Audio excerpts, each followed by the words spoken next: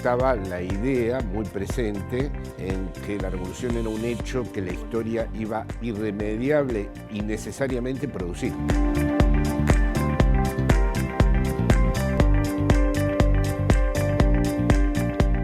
Estamos con el profesor, amigo, compañero, Jorge Alemán, que formalmente lo podríamos presentar como psicoanalista y escritor, como él se presenta, pero sobre todo creo que es alguien que nos obliga a pensar. Él piensa, provoca y nos obliga a pensar. Y creo que es un lujo tenerlo en la universidad, en el Departamento de Ciencias Sociales, en la Universidad Nacional de Avellaneda. Y a mí me es un gusto conversar con él. Nada más que esta conversación va a ser pública, porque se va a ver, y los que están aquí van a participar. Entonces, le quisiera dar la bienvenida, Jorge. Muchísimas gracias, es un privilegio para mí este encuentro. Y el café te lo debo. Muy bien. Bueno, el nombre de la conversación ha surgido en llamadas telefónicas, porque yo no estaba en Buenos Aires, pero es el nombre que verdaderamente un grupo de trabajo y de estudio que tenemos, que acá está participando Patricia, es uno que ya lo habíamos hablado con Jorge Alemán, porque el sábado se hacen nuestros encuentros de grupos de trabajo, grupos de estudio. Entonces se llamó El porvenir de la emancipación. Tema que Jorge tiene muy presente, el tema de la emancipación, no sé si la del porvenir, pero vamos a conversar. Lo nuestro fue un mix entre un artículo freudiano, que es El porvenir de una ilusión, donde habla de la emancipación, y lo que Jorge viene sosteniendo como interrogante de qué podemos hacer entre el psicoanálisis y la política, o la lógica del psicoanálisis en la política, con la cuestión de la emancipación. ¿Tenés ganas de decir algo, Jorge? Bueno, sí, a ver, lo que me sugiere directamente el título, ¿no? Formo parte de una generación, los años 70, en donde la palabra revolución era la palabra, vamos a decir, el núcleo último de significación de muchísimas prácticas. Podríamos decir que la palabra revolución funcionaba como un metarrelato, juzgaba a las demás prácticas, y la revolución efectivamente sí tenía un porvenir. Estaba la idea muy presente en que la revolución era un hecho que la historia iba irremediable y necesariamente producir. Es decir, se podía diferir, se podría retrasar, se podría obstaculizar, pero la revolución era algo que venía con el porvenir. Esto en filosofía se suele llamar un sentido teleológico de la historia, que la historia necesariamente conduce a ese lugar. En ese aspecto podríamos decir que el porvenir de la revolución era un porvenir necesario, algo que se iba a cumplir. Es decir, la clase en sí tenía que volverse clase para sí, había todo un debate acerca de cómo era el sujeto histórico que iba a desenvolverse en ese porvenir, cuál era el que iba a desplegar con mejores cualidades y propiedades ese porvenir. Había distintas corrientes que interpretaban de qué manera debía ser construido el sujeto de ese porvenir en la revolución, pero la revolución tenía un porvenir. En cambio, la palabra emancipación me parece que se corresponde con el tiempo del duelo de la palabra revolución. Si entendemos por duelo no algo pasivo, no una despedida, sino una elaboración activa de esa palabra. No podemos ya decir que la historia funcione de esa manera, con un porvenir asegurado y con un proceso histórico orientado hacia un punto que se denomina revolución. Y entonces ha aparecido el término emancipación, que es mucho más incierto, mucho más indeterminado, mucho más indefinido y del cual no podemos garantizar ningún porvenir. Es decir, es en todo caso una disponibilidad, es un horizonte de pensamiento, es la idea de no reducir la política pura y exclusivamente a los procedimientos de gestión o administrativos, sino preservar el interior de la política lo que yo denomino junto a otros pensadores lo político, es decir, mantener en la política lo político es mantener cierta idea de lo emancipatorio, aunque lo emancipatorio no esté muy bien definido en sus límites. Pero digamos. al mismo tiempo es introducir el psicoanálisis como clave de lectura dentro de eso que todavía es incierto, como vos decís, puede traer malas noticias, puede haber crímenes perfectos o no, puede haber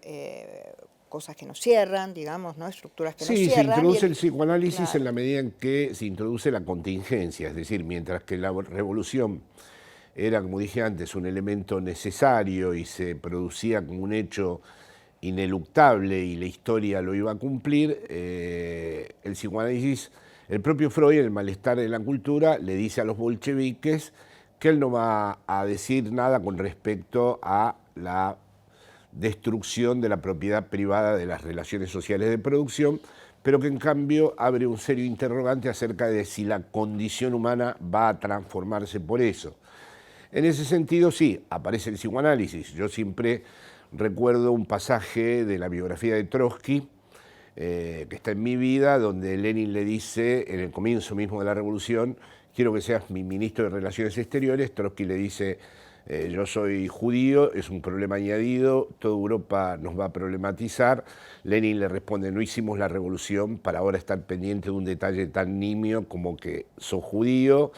Y Trotsky le dice, la revolución terminará con muchas cosas menos con la estupidez humana. Entonces, ahí vamos a decir, el espectro de Freud, el espectro del psicoanálisis planea, porque estas nuevas lógicas emancipatorias no pueden desentenderse de cómo está hecho el ser humano. No podrían desentenderse de las malas noticias incluso que introdujo Freud, con su pesimismo ilustrado, digamos, Sí, sí. y las que también formuló o reinventó o reescribió Lacan a partir de su lectura de Freud. Es decir, es una emancipación que se tiene que hacer cargo de cómo es la existencia hablante, sexuada y mortal, y cuáles son sus elementos que pueden ser transformables y cuáles no. Y en ese aspecto es mucho más problemático. La revolución soñaba con un hombre nuevo, mientras aquí no podemos pensar en un hombre nuevo porque todo comienzo absoluto es en realidad imposible, y en todo caso además tenemos que añadir que el que está tratando de generar un hombre nuevo, los que tienen el propósito de producir lo que yo llamaría una mutación antropológica, en definitiva, es el propio capitalismo. Es el capitalismo en su modalidad neoliberal el que está intentando construir un hombre nuevo sin legados históricos, sin herencias simbólicas, que esté hiperconectado, que esté, Pero a digamos, ver, escúchame, eso va justo al lado o de la mano de lo que llamamos la sociedad del control. ¿Te acordás cuando lo pensábamos, este hombre endeudado, este hombre máquina de trabajo, pero no de trabajo, porque no es empresario de sí mismo? Me parece que ahí vos estás trayendo la diferencia que hay entre el hombre, como era entendido antes por esta mutación, digo yo, ¿no? La mutación me parece que fue del sujeto del trabajo, el sujeto empresario de sí mismo. bueno, hay varias mutaciones de esas, pero en todo caso, bueno, esa distinción la hace Foucault, ¿no? El pasaje de la sociedad disciplinaria a la Sí, sociedad de sí, control. Y también. podríamos decir que sobre la sociedad de control hay otro nuevo elemento, que es esta idea de pensar al ser humano como capital humano, Exactamente. como alguien que tiene con relación a su vida una posición empresarial, no porque tenga empresas, sino porque permanentemente tenga que darse un valor a sí mismo, tratarse como un valor en el intercambio de las mercancías, Rendir. rendir, estar bajo un imperativo de rendimiento, y efectivamente la otra cara, el reverso de eso, es su condición de eternamente endeudado, porque nadie da la talla con respecto a esos mandatos de rendimiento. Pero hay que tener cuidado con esto, porque hoy precisamente discutiendo con unas compañeras sobre un ensayista muy de moda, Chulhan, si solo nos quedamos con eso, si realmente eso se cumple como tal, si actualmente, digamos, las subjetividades o los seres humanos responden nada más que a los imperativos de rendimiento, son nada más que como mercancías, y el neoliberalismo los ha transformado a todos en capital humano, el crimen es perfecto y no habría ningún lugar para lo específicamente político, ¿no? Entonces mi idea es que siempre hay que diferenciar, digamos, la subjetividad que provoca, produce y construye el poder de lo que es el sujeto en su Exactamente. propia especificidad, ¿no? Y ahora yo quisiera, como estamos acá y en este espacio de este decanato, ¿Qué puedes decir de los medios de comunicación vos hoy? Te recuerdo una cosa que repetí siempre. Clarín es un insulto a la inteligencia. Bueno, vamos a ver, yo no tengo la misma idea que tienen muchos de que el ser humano o el sujeto, o como lo querramos llamar, es una tabula rasa y los medios de comunicación escriben todo, porque yo formo parte de una generación, soy mayor, en donde de niño escuché a personas muy autorizadas, profesores con un enorme prestigio intelectual, decir que los negros se habían hecho el asado con el parqué, que el señor este había tenido relaciones con Archie Moore sexuales, que era pederasta, que llevaba jovencitas en la moto, que se había escapado con lingotes de oro. Una que me entusiasmaba especialmente era que tenía unas gafas, unos lentes con las que había visto Gina Lollobrigida desnuda, y los medios eran incipientes. Y Hoy se robaron todo eso. Sí, sí, pero quiero aclarar esto porque si no, los medios eran apenas algunos programas de radio, algunos programas de televisión y no tenían la capacidad de construir este imaginario que sin embargo tenía una enorme eficacia simbólica. Es decir, la idea de que aparece de golpe un fenómeno tipo como los que describe Freud, padre de la horda primitiva, que ha acumulado el goce de todos, se robó todo, se quedó todo y tiene una voracidad infinita y por lo tanto es imputable de todo, ¿no? Y por lo tanto hay que pagar luego con un gran sacrificio colectivo las consecuencias de haber tenido a ese ladrón. No me parece algo que solo sea construido mediáticamente. Hay que entender que sí, efectivamente los medios actuales han potenciado muchísimo esto, pero también hay que entender que hay ciertos fantasmas, para utilizar una terminología psicoanalítica, que tienen una gran facilidad de encarnación en el tejido social y que tienen una capacidad, vamos a decir, de transmisión, una potencialidad de transmisión enorme. Por ejemplo, esta idea de hay alguien que se ha quedado con el goce de los demás y que ha robado el goce y que por lo tanto es destinatario de un gran odio. Actualmente, en otro terreno, la metamorfosis política que hay en Europa consiste precisamente en esto, en el odio a los extranjeros que se roban todo, no trabajan, vinieron a parasitar a nuestras sociedades, y eso ha provocado una transformación política no solamente en la Europa del Este, en la propia Italia. Es decir, no digamos de Francia, que su primera fuerza es una fuerza, tuvieron que reunirse todos para ganarle a una fuerza claramente xenófoba y construida en una lógica identitaria cuyo secreto último es que el extranjero se apropia indebidamente de un goce. Se le atribuyen, vamos a decir, todo tipo de excesos al extranjero, o hace las fiestas cuando no corresponde, o maneja el dinero de manera fraudulenta, o molesta a los vecinos, etcétera, etcétera. O sea que estos fenómenos tienen evidentemente una intervención mediática, pero creo que habría que hilar fino y establecer claramente cuáles son las lógicas de intersecciones que se producen entre esas estructuras mediáticas y ciertos fenómenos de lo social que tienen mucha capacidad de sedimentarse, de ser nuevas formas de configuración de la inercia social, muy difíciles además de transformar con lo político, muy difíciles porque realmente generan sedimentaciones muy potentes. Por ejemplo, yo no creo que los nuevos fascismos que están surgiendo en Europa sean el resultado de una construcción mediática. Es decir, que habría muchísimo que discutir en este aspecto. Tendríamos bastante que investigar en nuestro departamento, ¿no? Tendríamos. Sí, no creo, Porque... no tengo dudas de que hay programas que mediáticamente instalan y promueven, y en Argentina es increíble, hay un montón de canales al servicio de extraer de estos fantasmas todo lo que se pueda. Es decir, no conozco ningún lugar del mundo que tenga periodistas que se caractericen psicopáticamente todo el día por imputar y acusar de la apropiación indebida, ¿no?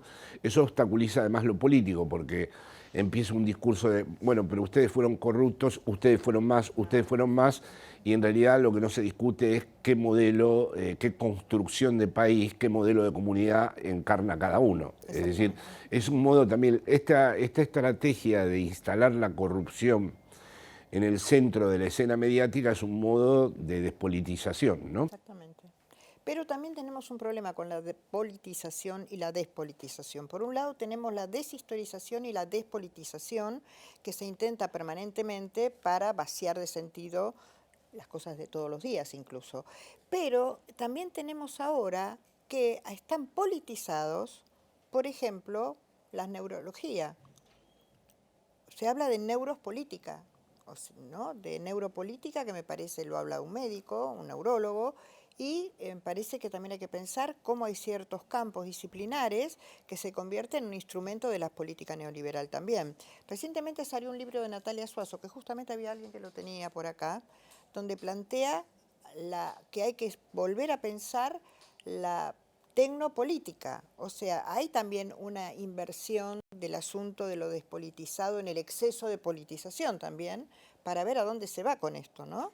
Bueno, es propio, digamos, esa referencia que estás haciendo a las neurociencias, digamos. En principio, yo diría que el neoliberalismo, por sus propias características, en esto es muy diferente al capitalismo de tradición fordista o industrial, tiende a la evaluación, ¿no? Es decir, los dispositivos de evaluación comienzan muy temprano. A diferencia de los teóricos que dicen que se ha vuelto todo líquido, en realidad una persona se puede equivocar desde muy pequeña, desde muy chica, muy pequeña en España, muy chica aquí en Argentina, porque uno es evaluado de entrada. Es imposible detener los dispositivos de evaluación en edades muy tempranas.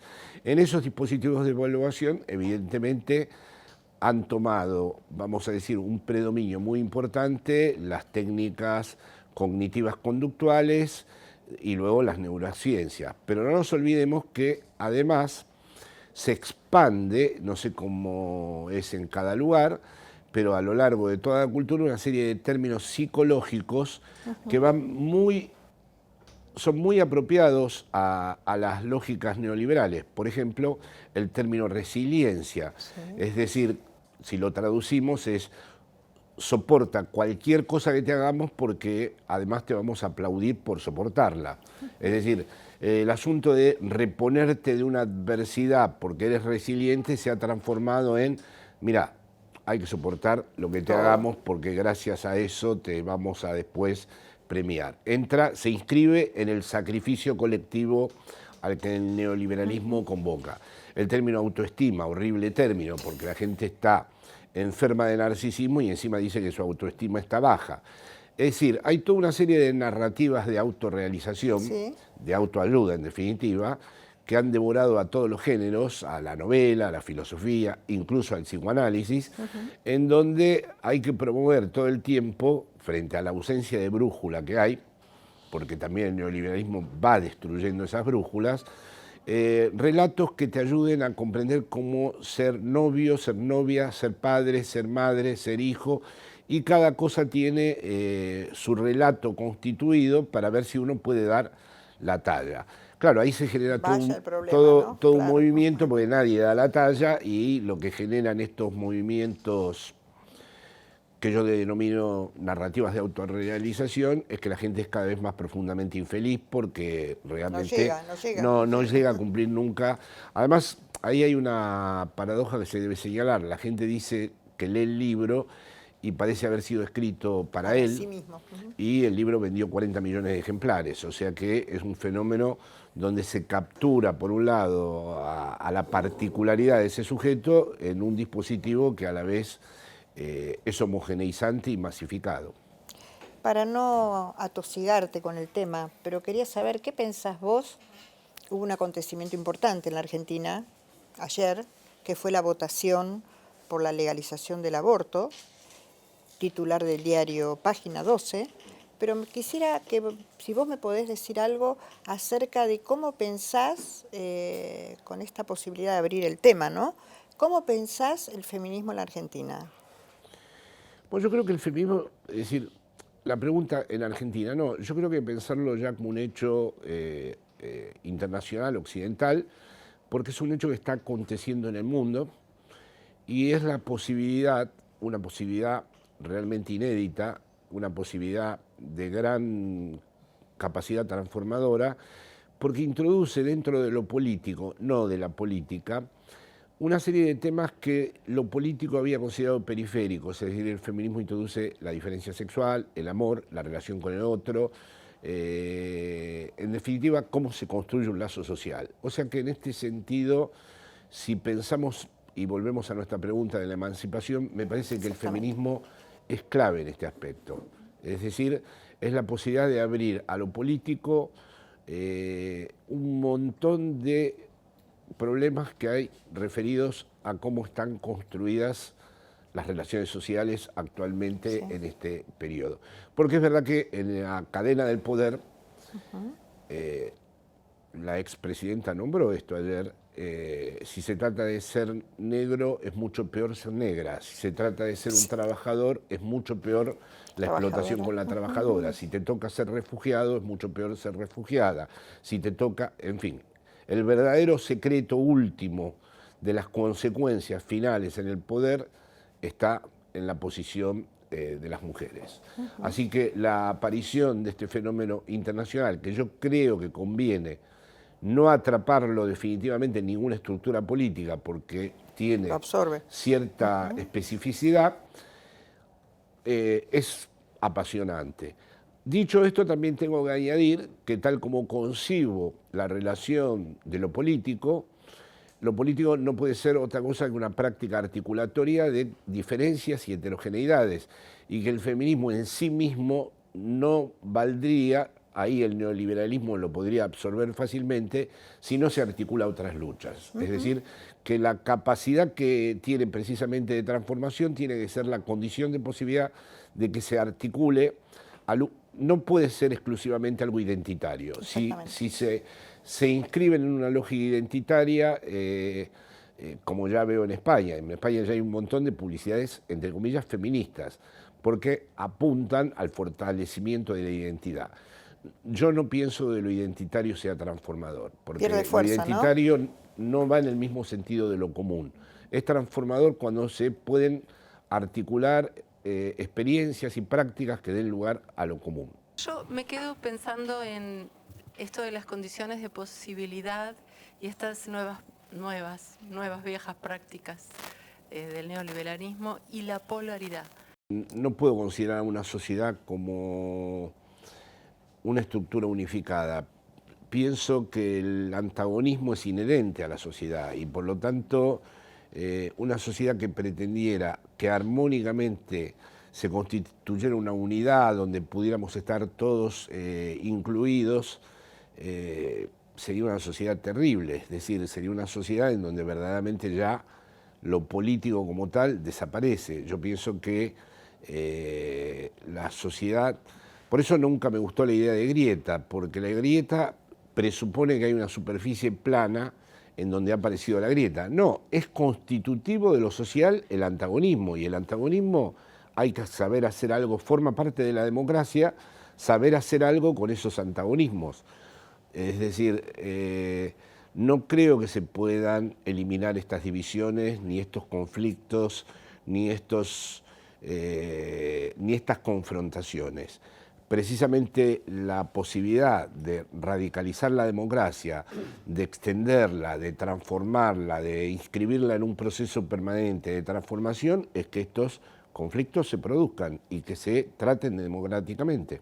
Es decir, la idea de que pudiéramos estar en un mundo absolutamente armonizado, donde intercambiáramos opiniones a través de una racionalidad previa y en donde no hubiera, digamos, intereses contrapuestos, me parece inconcebible. Es decir, pienso que es inevitable el antagonismo y que es propio de un buen gobierno democrático saber hacer algo con ese antagonismo, ¿no?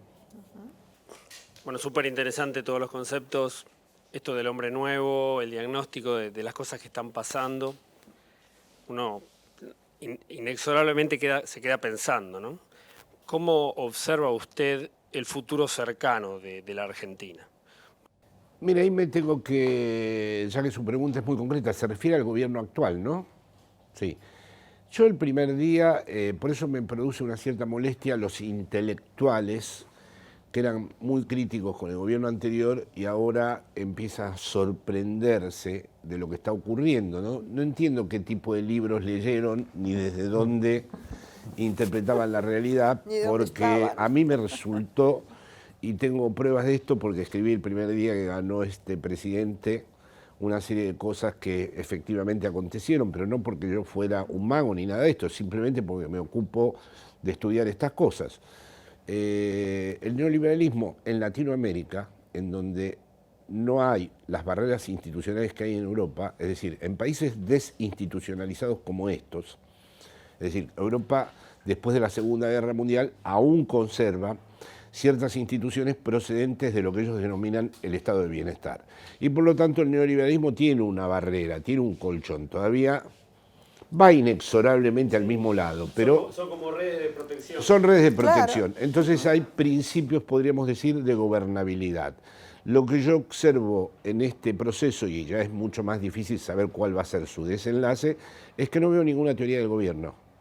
Es decir, todo manual clásico de político, sea de la orientación política que sea, dice que un gobierno exige consenso y coerción.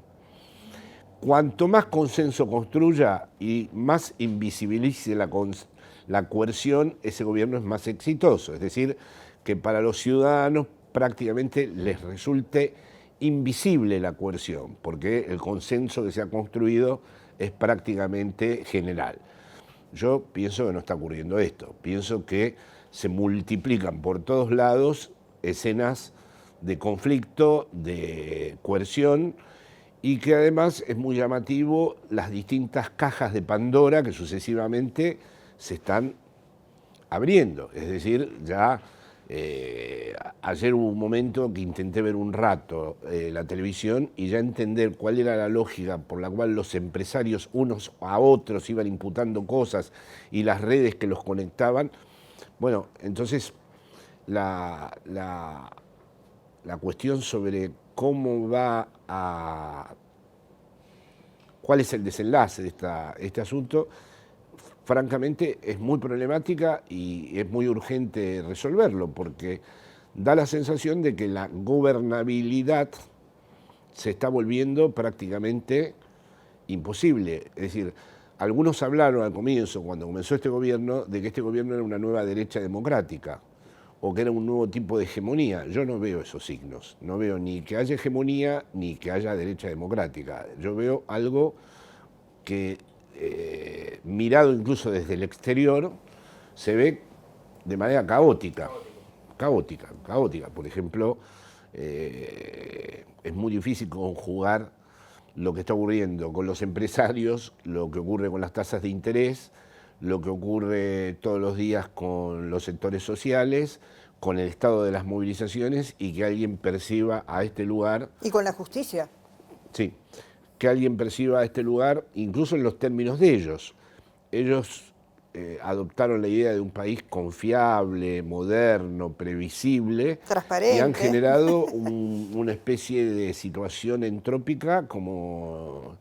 Es decir, nunca había escuchado, por lo menos hace años, que en un telediario, noticiero se dice, ¿no? Sí. En un noticiero, cuando anuncian el tiempo, digan, bueno, qué suerte, mañana no va a ser frío, así que no vamos a gastar mucho en la calefacción. Esto hacía años que no lo escuchaba. Pero, claro, alguien que escucha esto desde el extranjero, por ejemplo, y que está de paso por aquí, lo que piensa es que la situación está... O alguien que ve un programa de los que vi yo ayer, de no sé cuántos empresarios involucrados a dos bandas, entre unas cosas y otras, siente que esto no tiene ningún principio de gobernabilidad. Por ejemplo, el Partido Popular de España era un gobierno de inspiración neoliberal, pero en el marco institucional de las reglas de juego propias de las europeas. Entonces, un ministro no puede decir que no tiene el dinero en el país porque no tiene confianza en él, porque al otro día no pagaría nadie Hacienda, nadie pagaría los impuestos, es decir, provocaría un desastre absoluto. De hecho, hubo un gobernador de no me acuerdo qué región de España al que se le descubrieron papeles en un paraíso fiscal y fue rápidamente destituido. Y Rajoy ha caído no por un proceso electoral, sino por la financiación ilegal después de varios años, descubierta a través de un proceso de investigación jurídico. Entonces, Europa en ese sentido mantiene el simulacro institucional, democrático, parlamentario, porque no es su sello de identidad. Si pierde eso, no es más Europa por ahora. Otra cosa es que los europeos tiendan a creer que es irreversible eso, y no estoy tan seguro como ellos de que eso sea irreversible, dado el ascenso de movimientos a raíz del neoliberalismo que cada vez ganan espacio con el odio a la política, con el odio a el político, con el odio incluso al Parlamento. Es decir, ese discurso va calando, ¿no? Que es el discurso que capitaliza, digamos, la ultraderecha. Pero aquí, al no estar esas barreras institucionales, lo que se percibe incluso en la propia lógica neoliberal, un inversor jamás vendría a un país en donde los empresarios salen todos nombrados por televisión y están vinculados a una fotocopia de un cuaderno y luego aparecen como aportantes en el partido contrario, es decir, son todas señales caóticas. No sé cómo van a hacer para lograr, pero supongo que además el establishment tendrá un plan B con respecto a esto. A Clara le va a gustar en términos psicoanalíticos que es como que hay una especie de depresión colectiva, ¿no? Hay mucha desesperanza.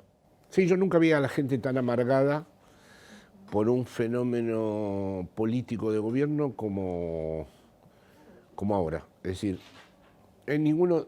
he empezado a volver desde el año 83, desde el restablecimiento de la democracia, y nunca vi el impacto en lo personal, en la vida personal de todos los días, como se ha producido con este gobierno, donde la gente se siente impotente, con furia, amargada, dolida, porque comprueba que no es un mal gobierno, sino que el suelo mismo de la nación está siendo socavado, absolutamente. socavado. Entonces, sentir que uno es de un país, a mí también, yo no estoy ajeno a esto, participo de este dolor, sentir no que hay un mal gobierno, sino que hay una estructura que se ha hecho cargo de esto y que rompe las estructuras que sostienen al país, que las pone en juego, ¿no? Bueno, ese sentimiento es horroroso, porque es como decir, sí, mira, tu edificio está construido sobre un volcán que cuando entre en erupción no va a quedar nada. Es decir, hay una percepción en mucha gente que visualiza lo que está ocurriendo. Lo extraño, lo que hay que interrogarse ahí es cómo hay gente que logra no visualizarlo. Exactamente. Cómo es que frente a las evidencias, y sobre todo porque hay antecedentes históricos de esto, hay un montón de gente que no lo ve. No, aún pasándola mal. Y dicen, Porque- es el odio, esto está basado en el odio. Sí, el odio al gobierno anterior. Sí, Claro. no, por eso, por supuesto, ese odio funciona como un tapón para ver lo que está ocurriendo ahora. Eso es.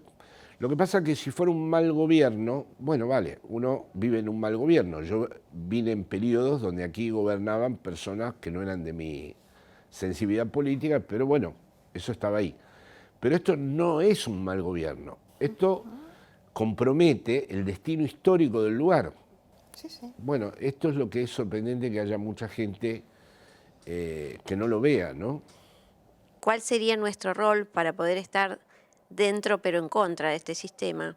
Ya que los medios de comunicación masivos nos impiden de alguna manera poder llegar al ciudadano de todos los días, digamos, porque es esa opinión de que podemos seguir sufriendo, de que lo tenemos que pagar, que en realidad la culpa es del gobierno anterior, está bastante impregnado, o sea, en forma rizomática, dentro de la población. O sea, Sí, ¿cuáles sí. serían nuestras herramientas Es que así, más o menos... pero yo como pienso que el crimen no es perfecto, si no, no estaría aquí. Directamente es agosto, las playas allá están perfectas. O sea, yo pienso que uno habla con otro, escucha, transmite y no tiene otras herramientas. Pero sin embargo, por ejemplo, sí creo en la historia de movilización social de este país, sí creo que este país tiene reservas éticas importantes. Posibilidad de pensamiento crítico. Sí creo que hay sectores sociales Claro. que llegado el momento van a saber ponerse en la posición que corresponde. Es decir, estoy de acuerdo con ustedes, que hayan impregnado y que estos razonamientos, es decir, cada vez que llego a Ezeiza tengo un taxista que me dice cómo se afanaron todo y cómo esto y cómo lo otro. Yo creo que siempre hay algo en disputa, que Argentina es distinta por eso. Argentina tiene en su propia trayectoria histórica algo que demuestra que en cualquier momento surge de nuevo la disputa, surge de nuevo. Lo que pasa ahora es muy difícil verlo, ¿no? Sin embargo, este gobierno, que parecía que se comía el mundo, ha entrado en cierta deslegitimación ya. Es decir, antes era que se habían robado todos los del gobierno anterior, pero ahora el discurso que más circula es todos son iguales, ¿no? Esa es la nueva forma, digamos, de zafar del problema, de decir, no, me equivoqué votando a estos. Al final son todos iguales, ¿no? Pero ya habrá que ver... ¿Eh? Que también es peligroso. Sí, peligrosísimo. Todos son iguales es una cosa antipolítica, ¿no? Peor de que se vayan todos. Efectivamente. Pero habrá que ver la lógica de transformación de ese relato. Habrá que ver cómo esas sensibilidades, ¿no? Por ejemplo, ayer se perdió en el Parlamento, pero no tengo la impresión de que en la calle eso se haya perdido. No. Ahí quedó una huella de algo que es verdaderamente muy serio fuerte y muy importante. Uno, frente a este neoirracionalismo, si tendríamos que pensar un poco en cuestiones que tienen que ver con religiosidad y con fenómenos que son más internos y que afectan a la vida íntima de las personas, pero tienen una clara traducción en lo político, como pasó justamente ayer en el resultado de la votación.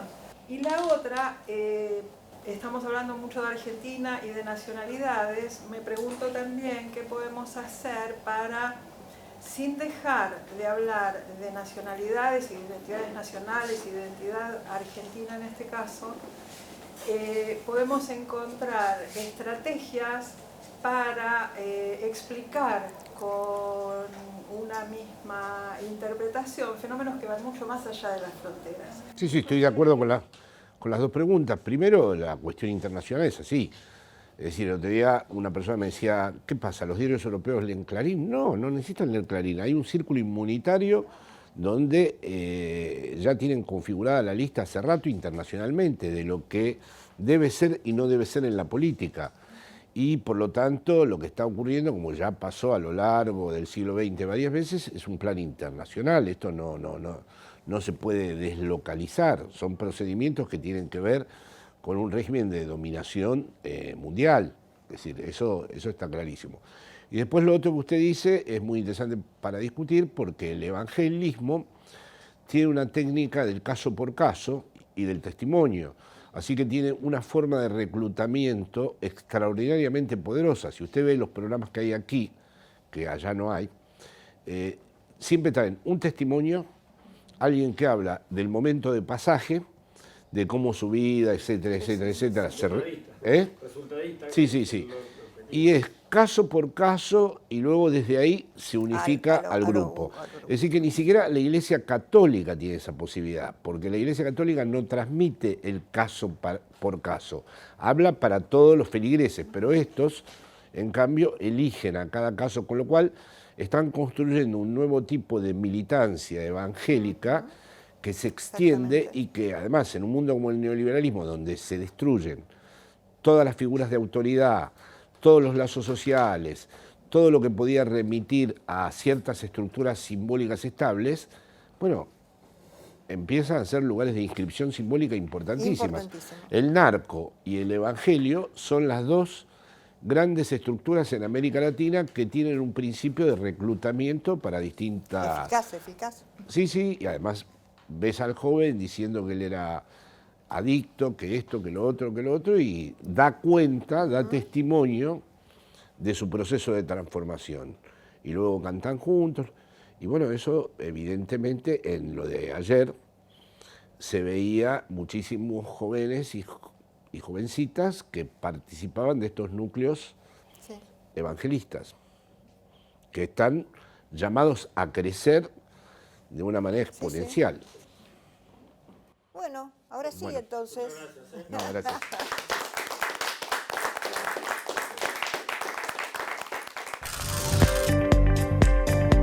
soporta cualquier cosa que te hagamos porque además te vamos a aplaudir por soportarla.